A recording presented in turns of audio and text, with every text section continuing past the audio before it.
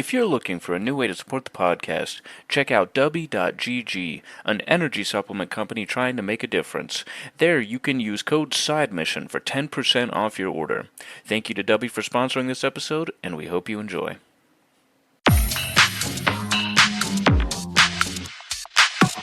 Welcome into the newest episode of Side Mission.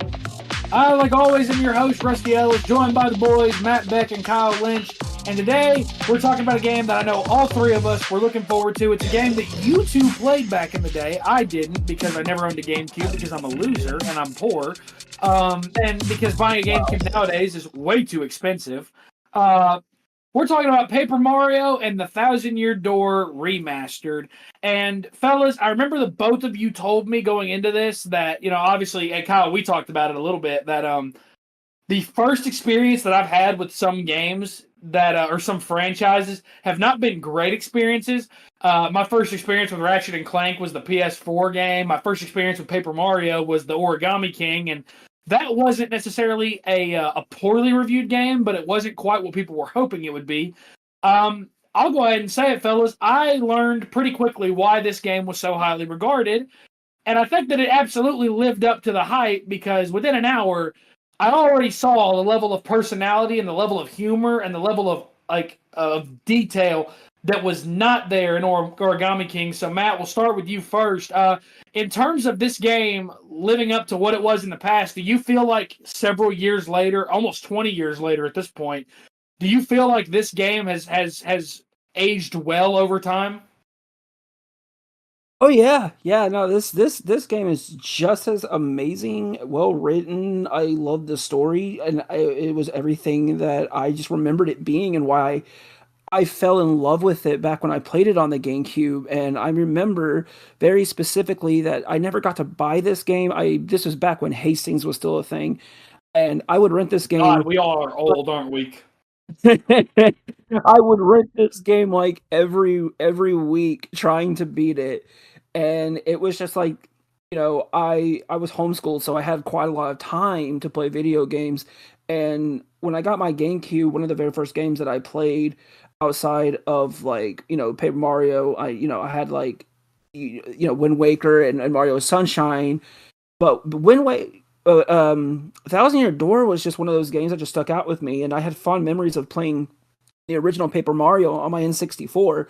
So outside of that, like, this game just was one of those just instant classic hits that just you're playing through it and it sticks with you. The writing is it's funny, it's hilarious. The characters are well done. I love the fact that regular enemy types that you see in the Mario games, they have these personalities and these clothes and these names. They're not just some random enemy, but they are living in this world and they're good guys technically. And there's just so many a fantastic variety of partners that you get throughout this game. And after Thousand Year Door, when we go to Super Paper Mario and Sticker Star, um, going back to this has just been great. I love this renaissance that we are getting with Mario RPGs, going back to its roots with the remake that we had of Mario RPG and now Thousand Year Door. And I wouldn't hate it if they did a remake of the original Paper Mario from the N64, because that also holds up to this day as well. One of the things I noticed first when I started up this game was how they managed to make paper look better. Like, there were reflections on, the water surfaces. There are things that just popped when it came to the color that, like, back in the day, I mean, like, I'm pretty sure this game, you know, it looked pretty similar, but it's just the little tweaks that they gave it really made me just appreciate this art style more because it's paper. I mean, how do you make paper look better? But they did somehow. They did. But let's talk about what's really the meat and potatoes of this game, the combat. Holy Hmm. hell, is it amazing! I love it so much more than Origami King, and it's why I was so not really disappointed, but kind of taken back by their combat system because Thousand Year Door did it so well, and it's very user friendly. It's not very complicated. It's, your basic turn based RPG kind of. And I think it's the simplicity of it that really makes it fun. The only extra thing that they have is like the bingo system, which if you can hit 5 bingos in your whole playthrough of this game, congrats, because I can't, dude. I'm gonna get it. I'm gonna get it. I stopped one before. Mad I've as hit hell. one. I've hit one, and it was the poison mushroom. That's the You, worst. oh damn. I know, right? Like I hit bingo finally, and I'm like, well, I wish I hadn't. That's no, dude. The one bingo you get and it hurts you. That will be the only one I get to. Just watch. I'm gonna keep everyone updated. The next time we record, hopefully I'll have beaten this game. I'm gonna give you all an update in terms of if I was able to hit any more bingos, and I'm willing to bet that I won't. Also, um, I have been using Goombella's tattle on everything. Every time I see a new enemy, Yeah. I got that badge that allows you to swap out partners and let them still take their turn, solely so I could have Goombella in as the first. I'll have her tattle, and then the next turn I change her out for somebody else that does more damage because I like that everybody has their abilities in like the overworld, I guess we'll call it. But Goombella is the only one who her ability is specifically tied to battle. She does not do anything while you're exploring. Yeah, the only thing she really does is like she can give you kind of like a quick description of the area or Yeah. characters that are in an area. Yeah. And after a while, like sure, I did that a lot at first, but I didn't really do it a lot after that. Whereas it felt like everyone else, there was meaning to what they do. Like you get to Petalburg, and which Matt, by the way, I loved that. That made me think of Pokemon Ruby and Sapphire because of Yeah. the town of Petalburg. But Yeah. like you get the Koopa, and you're able to use him to hit switches or to get items and stuff like that, or to when you go to the castle in that first area, you're able to use him to activate the lifts, and it's creative, it's unique, and I So like useful. that.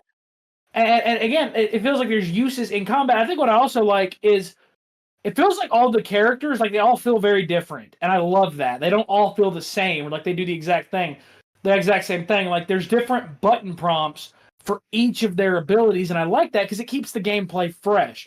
I think where Origami King, like you said, Kyle, where it really faltered was I feel like they took a battle style that was very simple and they overcomplicated it too much with the ring. They Yeah. complicated it way too much because at a certain point, and Matt, I think you think the same thing. At a certain point, the ring at first is very simple. It goes from simple to overly complex way too Yeah. fast.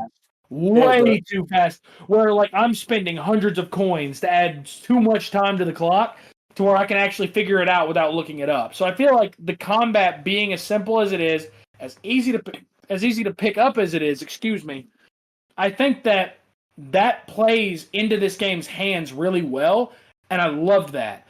The other thing I wanted to touch on that Kyle said, and I think that we all agree on this, the personality of this game is top tier. Yes. Absolutely, absolutely top tier.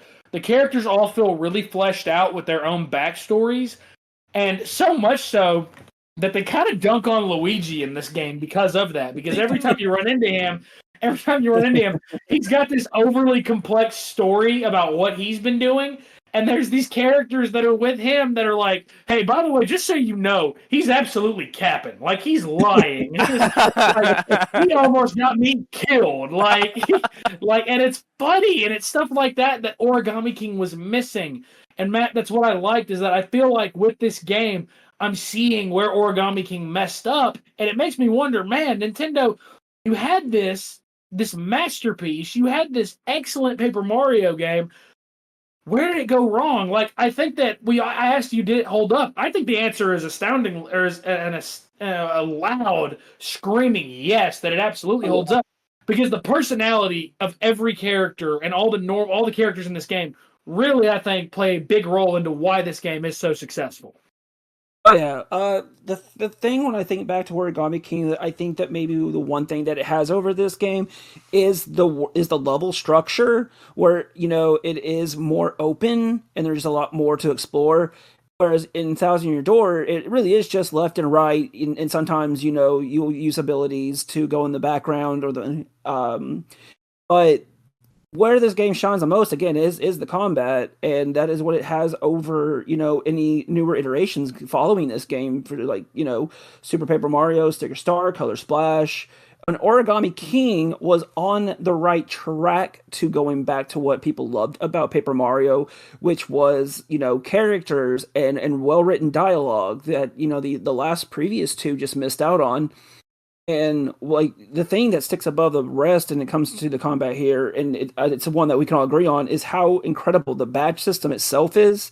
Where Kyle's talking about like it's not overly complicated, but the thing about the badge system is no, it helps you have differentiate your playstyle to other people. Like I think with my setup, I had it to where Mario obviously being the best fighter you have. I got it to where he's able to jump on spiked enemies with like flamed enemies and things like that with the badge. Wait, you can do You that can with it? also do this. Yeah, yeah, it's Where'd you get that? fantastic. I'll have to tell you later. I can't remember right this Dang moment. it! um, and the like we're talking about the partners themselves, their attacks just incredible as well. Like for example, obviously Gumbella has the tattle, and she just jumps on people's heads. With Coops, you can go more of the grounded characters that you can't jump on, and then as you progress further, you get other characters who can have special abilities that set them on fire or that can blow them away and things like that. And then also the partner system also has their own badge system as well, which is fantastic because then you can also, up their defense, but in the same time you might lower, cause another point of damage that they take to up their attack and things like that. Like it is so incredible. Like you can look how many badges are in this game, and it is incredible just the kind of mix and matching and the strategies that you can go into with regular enemies and boss fights. Speaking of boss fights, it's funny that you brought up, like Madame Flurry's ability where she can use like the Gale Force or whatever and blow them away. Yeah, During the yeah. Chapter 5 boss fight, you have to fight this ghost skeleton. Cortez. Yeah, you have to fight Captain Cortez, and in his third phase, he's a floating head with a bunch of swords. Well, Yeah, it's cool. I was like, hey, what if I use Madame Flurry and just blow them all away? And it works! I didn't have to fight any of that shit, I just blew it all away. So you can do that, by the way, when you get there. If you're listening to this and you haven't beat Chapter 5, use Madame Flurry's ability, because she can just blow all that shit away on the third phase. Don't even have to worry about it. It was great. I'll tell you this too. I think that a big mark of the combat being as successful as it is really displayed when you get to the arena, because that chapter is like 90% combat. It is like primarily combat, and I was worried when I got there that oh my god, the combat's going to get really really old and all that, and I'm kind of worried about that. But dude, I got going into these matches that you have to do, and I'm not gonna lie, I kind of enjoyed just doing the combat over and over again because I Yeah, felt like it gave me an opportunity to refine my style, refine my play style a little bit, and to become a little bit more efficient at ending these battles faster. And I liked that you're also given objectives like, hey, appeal to the audience, which is another really cool mechanic that you mentioned, Matt. Appealing to the audience and building up your star power a little bit faster, and or maybe using your partner's ability, not switching your partner out, ending the match in a certain number of turns or less. I don't know. I liked all that. I know that like we joked about it, Kyle, that it seems like all these games that are primarily developed in Japan at some point they add an arena in at some point, whether it's Final Fantasy, Mario, Legend of Zelda. I know Tears of the Kingdom had a arena as well that you had to go find. It wasn't a mandatory part of the story, but it's really interesting that a part of the game that is so combat focused doesn't really get stale. I think that's really impressive. I don't know what y'all think, but like Kyle, when you mentioned there was an arena, that kind of concerned me. And after I got through a lot of it, I was like, I'm still really enjoying this. I like this. Yeah, dude, best part of the game when everybody just starts calling you Great Gonzalez. Dude, I love that that. was Hey, so listen, funny. Nintendo, if on the off chance you're listening, give us a Greg Gonzalez spinoff. Yes. Do it. Please, dude, and like it's funny also because like if you have Yoshi out with you because you get him there, um not only will his color change the longer that you have him out with you, Yes. um he calls you Great Gonzalez for the rest of the game. Yep. It's so great. I love Exactly. that so much. And I think what I'm probably going to do cuz I'm on chapter 6 out of 8 and I think I'm going to beat the game and then I'm going to attempt that 100 floor challenge. I want to know what's at Oh, the end yeah. of it. I also want to know because you get check marks for listening to Luigi's stories. I want to know if he gives us anything good at the end because if he doesn't, I'm beating him 100 times with my hammer. Probably. I don't 100%. think. I did not spam A to get through all that and hear these long Same. stories, or there to be no payoff. Matt, you said you had a question. Yeah, I was just curious to see what color Yoshi y'all ended up with.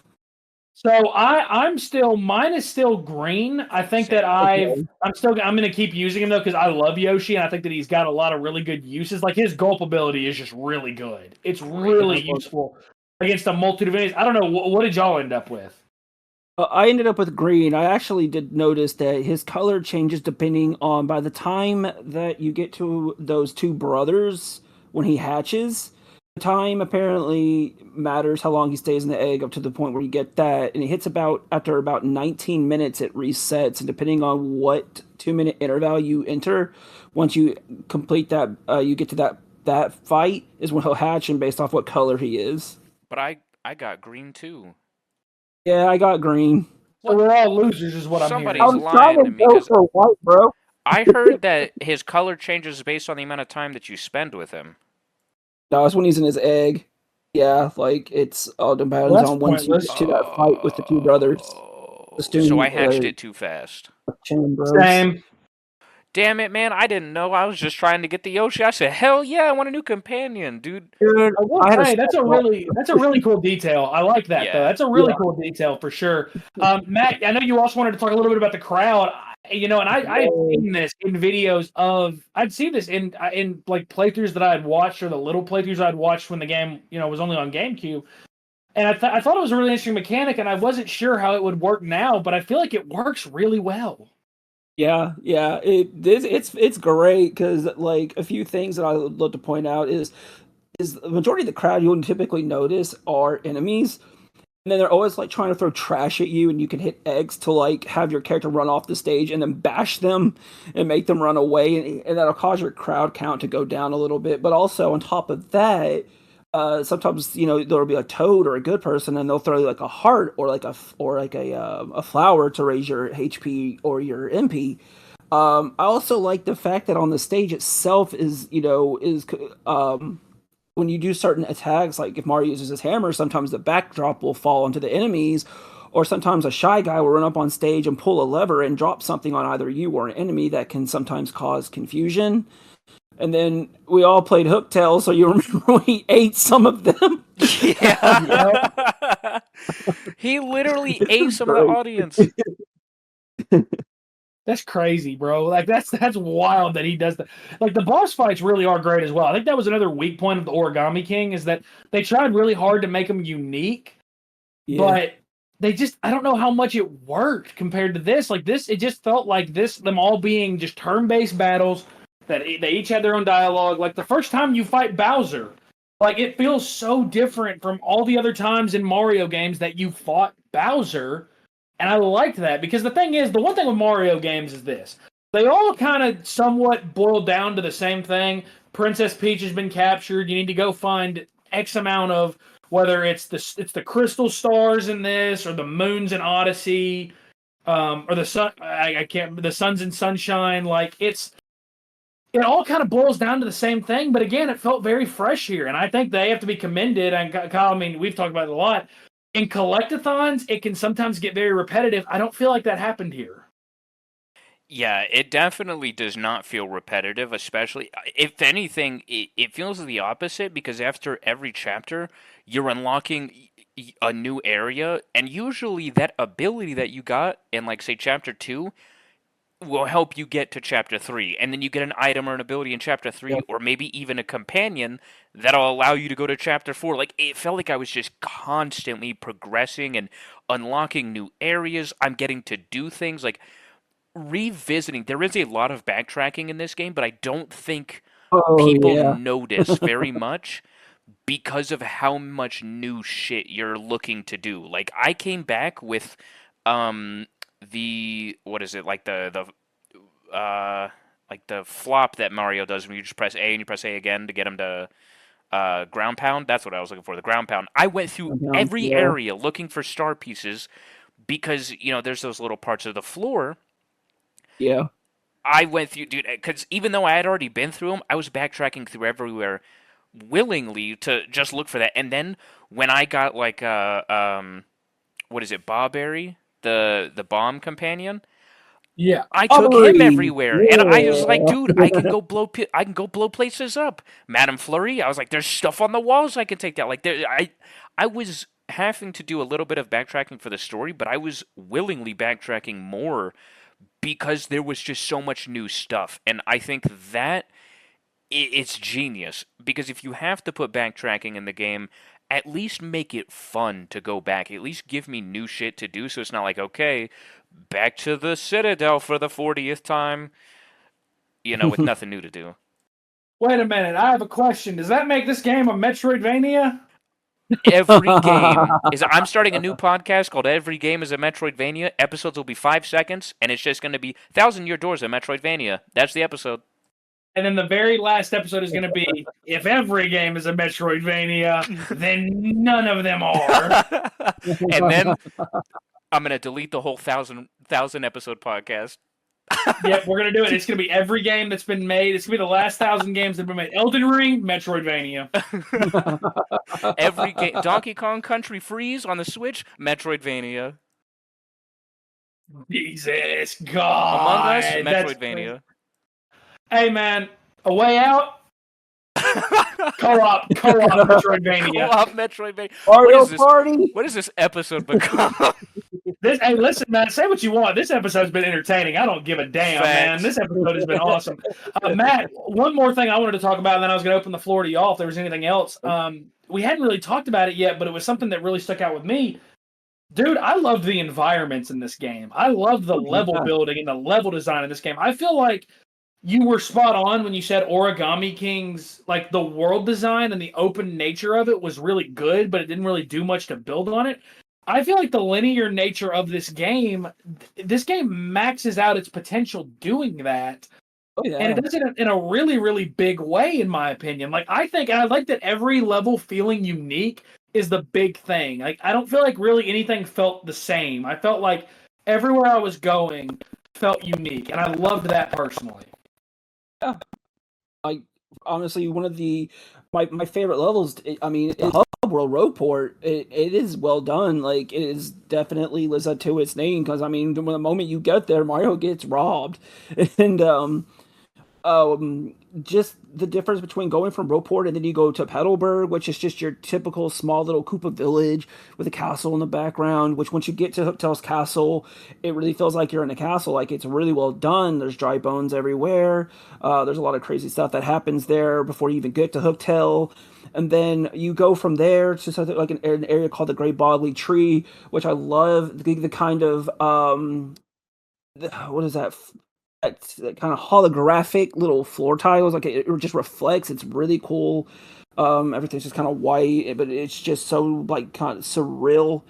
And then one of my all-time favorites that really sticks out is a place called Twilight Town. Once you get there, you'll understand. It is kind of very, like, fall-esque, Halloween, dark. It's just really, really cool. Like, the whole level itself is one of my favorites.